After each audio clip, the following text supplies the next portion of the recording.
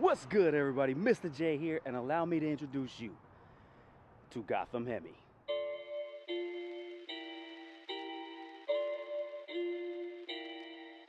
It's getting serious on this track, fam.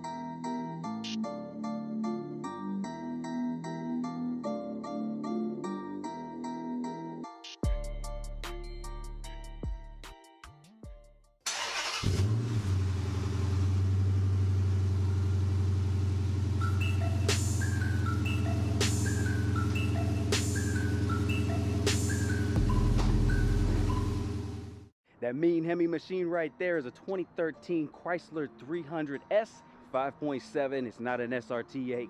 But I'd like to thank you for all tuning in. This is the inaugural launch of my YouTube channel. So we're going to be doing a review on the car today, show you things that I love about my car, show you things that I don't love so much about my car.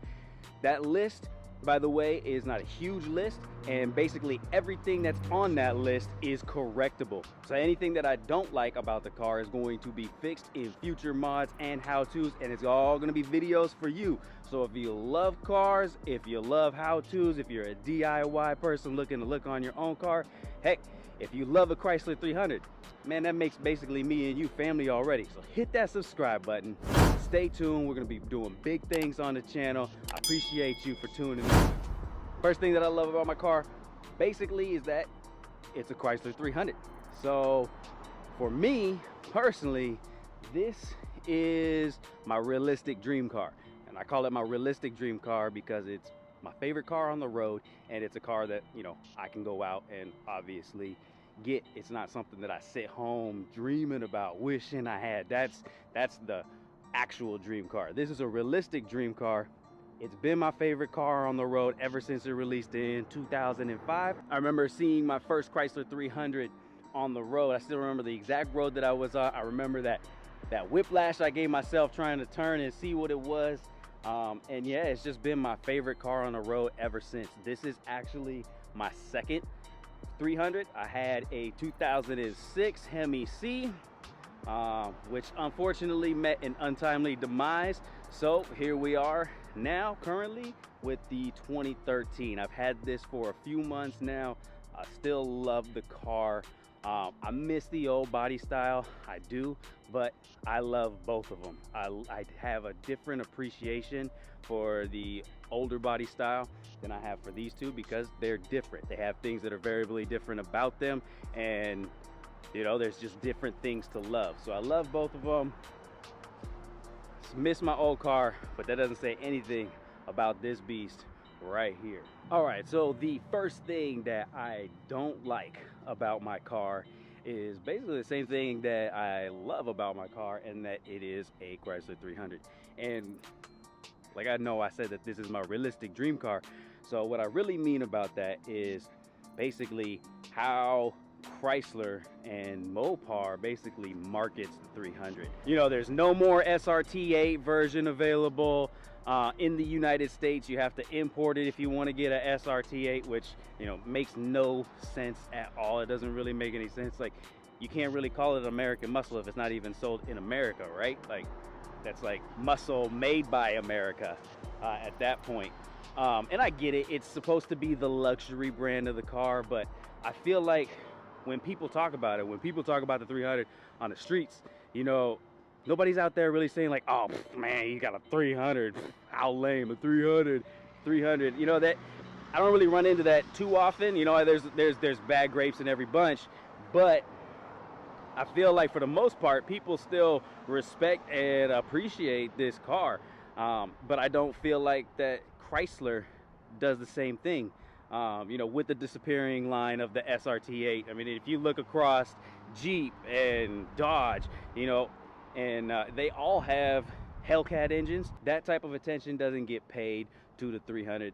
And, you know, I mean, I get it. I realize it's like I said, a luxury car first. It's supposed to be a luxury car, but at the same time, it has the V8 in there. It has the option for the V8. It used to have the option for the SRT8 package. So it's like, really, why did it disappear? I mean, you sit down and have a conversation about 300s with, you know, more Mopar guys, and, you know, eventually the conversation's always going to lead to, why did the SRT8 go away?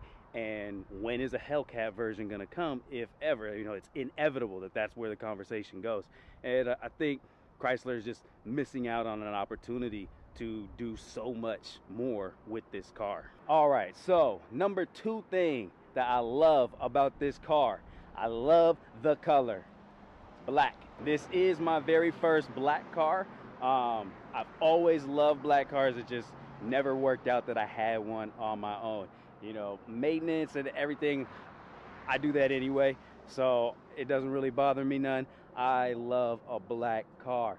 Like, you can miss me with Destroyer Gray, anything else that comes off of the lot. You know, if it's a custom colors are always cool, you know, but coming off the lot, black is the best. You can't get a, look at that gloss. I know you see all of the reflection in this thing. It was just washed yesterday. I know you see everything that's going on behind me. That's beautiful. It's beautiful. You can't beat black. All right, and so the second thing that I dislike about the car is the color.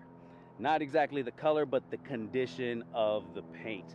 I bought this car because it checked off all of the checklists that I was looking for when purchasing a new vehicle.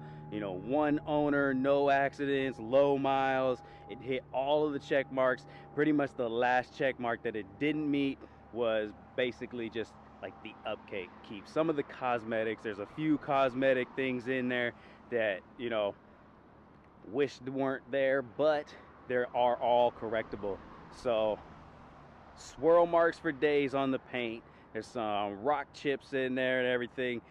You wouldn't tell very far away. It's still got that gloss, it's still got that shine, it's beautiful and everything, but there's a lot of imperfections, which is gonna come. I'm gonna show you how to fix those imperfections in a future video. Hit that subscribe button. All right, so for the next thing that I love about my car is, check out that red, man. This interior. I love the interior of the Chrysler 300. I mean, just look at that red leather, man. That just sets it off. I love the interior. Panoramic sunroof, like, you're not getting that on, you know, a Charger or a Challenger. You know, not saying that those aren't cool cars. I like those cars too. But if I had a Charger, you know, unless it's a Scat Pack, unless it's a Daytona, you know, unless it's something extra, I'm missing this thing right here. This thing, my very first car was a Dodge Avenger, and you know, it's not the sportiest car ever, but it was a 2-door coupe. You know, just a little sports car. It was a '97 Dodge Avenger, so it was back before it had 4 doors. A little sports car. You know, so that was my very first car. And, you know, the love and appreciation you get with your first car, that's probably where I became, you know, a Mopar guy came from, was from that first experience with Dodge. And so several years later, when I was working 2 jobs and, you know, walking to work, you know, not a whole lot of money to spend, you know, didn't have the luxury of buying something that I wanted, I got a 91 Chrysler New Yorker. I purchased that thing for beer money, $300 for a running car. I said deal. Didn't really care what it looked like, and believe me, it looked absolutely atrocious.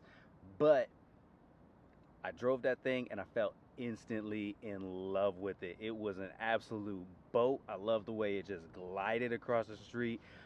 It was comfortable. I loved everything about it. And it even, you know, after owning it, you know, I took it to work the very next day.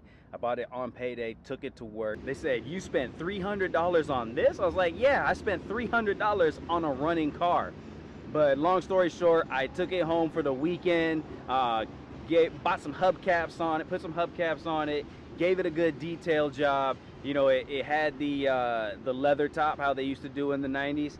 And I cleaned everything real good. And then I took it back to work on Monday, and they're like, "Did you get another new car?" I was like, "No, this is the same thing." They're like, "Okay, that was well worth $300. So, but basically the 300 now is like the culmination of 2 of my favorite cars ever. The sport side in the, you know, Avenger, and then the luxury side, obviously, from the Chrysler New Yorker. All right, so getting into the third thing that I don't like about my car, we're gonna have to get inside the car for. All right, these gauges, man, like, and not the gauges themselves. I actually like the way that the gauges look. However, if you look closely, you see those blue lights? Like, why? Why? I don't get it. Why is there blue lights? Chrysler, you've got the red interior, the special edition red interior. I realized that there was also a white edition, a black edition, a beige, but like the red's kind of like in its own category. It's all by itself, you know, like those other colors are subtle colors. This one is like a standout color. You know, I think Chrysler missed really big by putting blue lights on the dash. And it's not just in the dash, it's in the cup holders, it's the ambiance lighting everywhere. There is blue lights on this car. Like, why couldn't you have made them red to match? Like, I just don't get it. So this is definitely something that I'm looking into, trying to swap out the dashboard here for, you know, dashboard or lights, trying to get those red. Let me know in the comment section. I'm not sure. I haven't really found anything just yet. Let me know if you guys know of any way that I can change those blue lights out for red to match the rest of my interior. All right, and for the big obvious like of the car, gotta love that V8, man. Once you go from a V6 experience to a V8, there's just no going back. You know, at least not for me. At least not for me. I had the V8 in my 300C. Obviously, again, I have the V8 again. It was an absolute must. There was no way that I was not going to go V8 again. I just love just yamming on that gas pedal, you know, getting put back in the seat, watching the front end rise, and just listening to the roar of the engine. The whole experience, like, you can't beat it. Can't beat it. V8 or nothing. All right, so getting into the next thing that I like/dislike about my car is that the previous owner did a rear muffler delete. And now I love that they did a rear muffler delete. It sounds nice. You know, it's got a nice little purr to it, but you know, I don't want it to be louder. And just for context, I'll get you a start up here.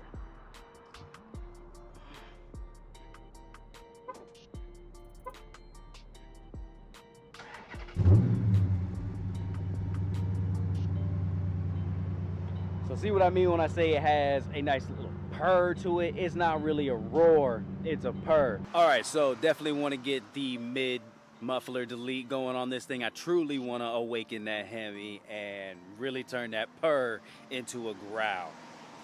Next thing I don't like about my car is these tips.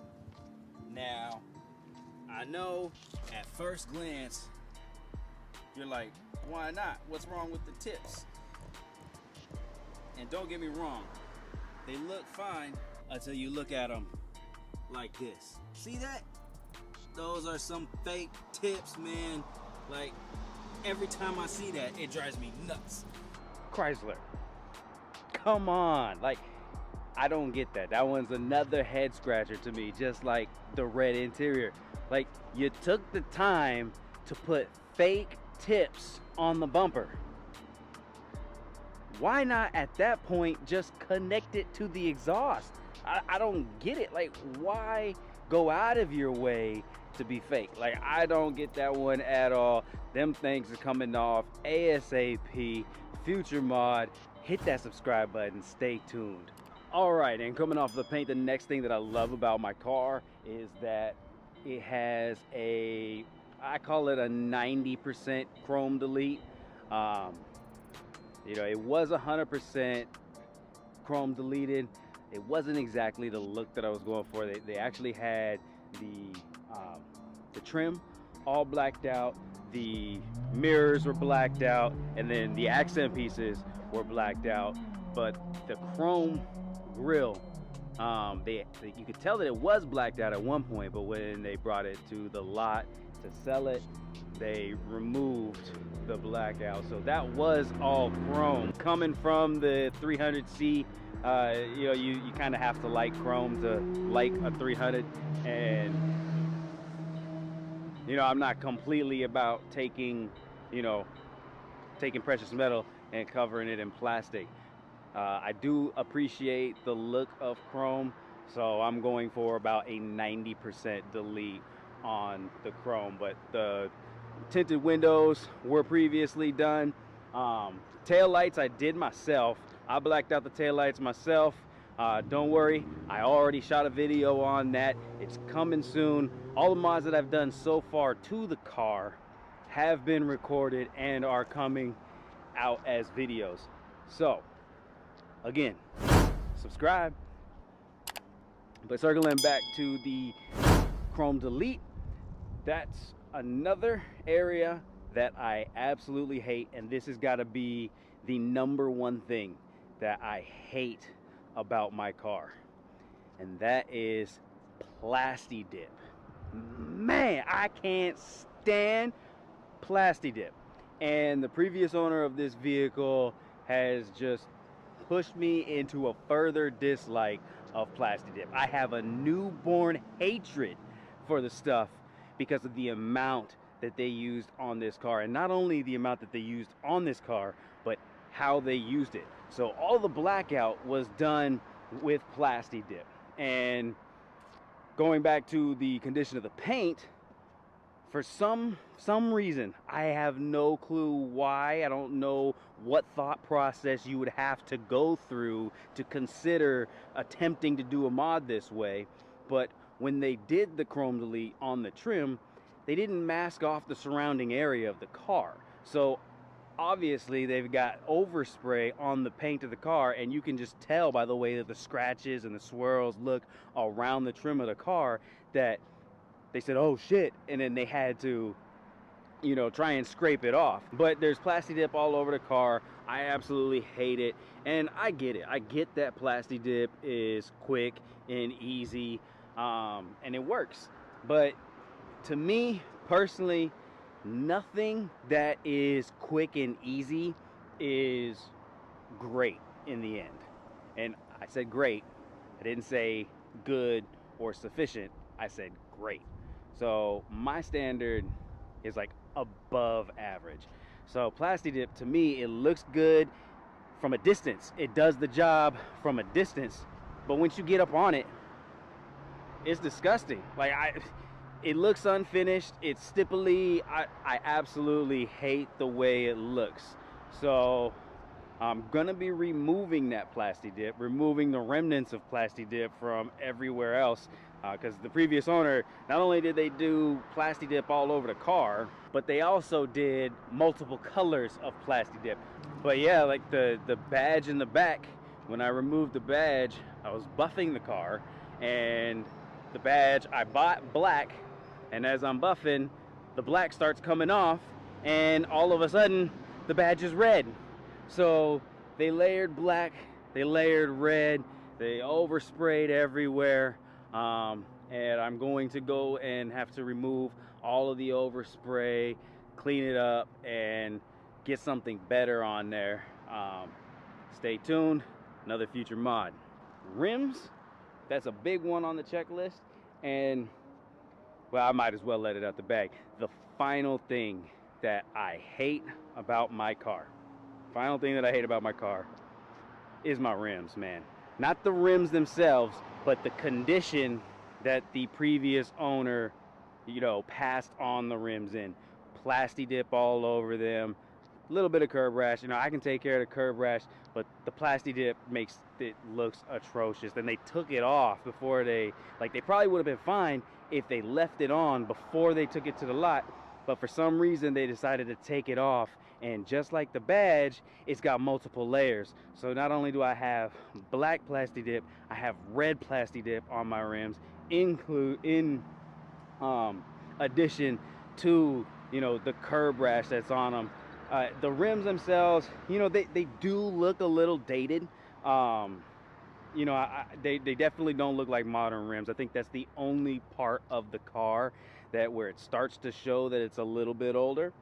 So I don't hate them, but I just really hate the condition that they're in.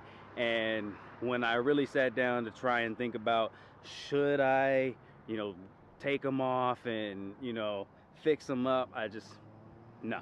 I wanted to get rims anyway. So by the time you're seeing this video, I am currently, as of right now, 4 days away from my rims arriving. You're gonna have to hit that subscribe button and stay tuned to see those get put on.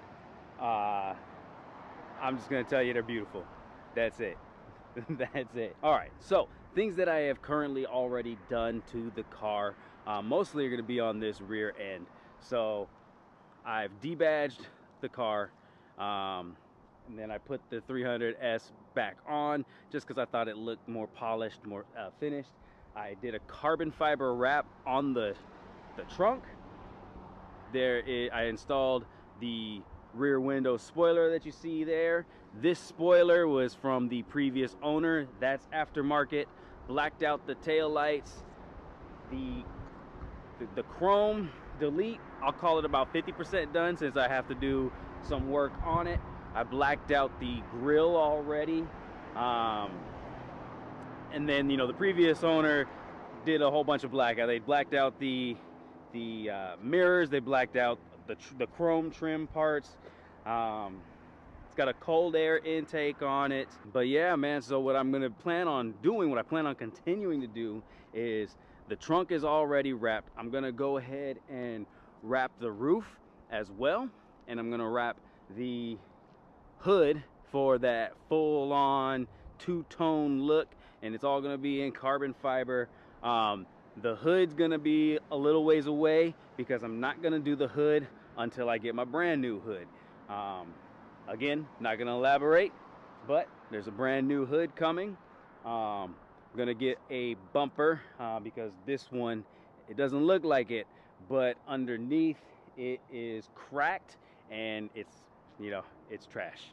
So brand new bumpers coming, brand new hood. Rims are currently on the way. I definitely want to get some side skirts. I want to get a front end splitter, rear end diffuser. There's a whole laundry list of things that I want to do to this car. I also, you know, in the list of things to do, I'm not forgetting, you know, the engine stuff. There's a couple things that I want to do with the engine, but I am, you know, really meticulously planning those out. I want to get the cosmetic stuff, you know, out of the way first before I really start diving into that meatier stuff. Right now I'm looking at camming it out, lowering it obviously, so it's not just going to be cosmetic mods. There's going to be all kinds of mods done on this car, and when all is said and done, this thing's going to be a beast. hopefully you enjoyed the video. Hopefully you enjoyed this little introduction into my car. Hopefully to get you a little bit excited to watch this thing go from the way it looks now to the way it's gonna look in the future. I'm gonna take you guys along every step of the way. Hit that subscribe button. You don't want to miss any of the videos. We'll be doing vlogs, gonna be doing how-tos, going to be doing installs, all of that. So remember, if you like fast cars, if you like car modding, if you're a fan of 300s, hit that like button. My name's Mr. J. Thanks for tuning in, and I'll catch you in the next one.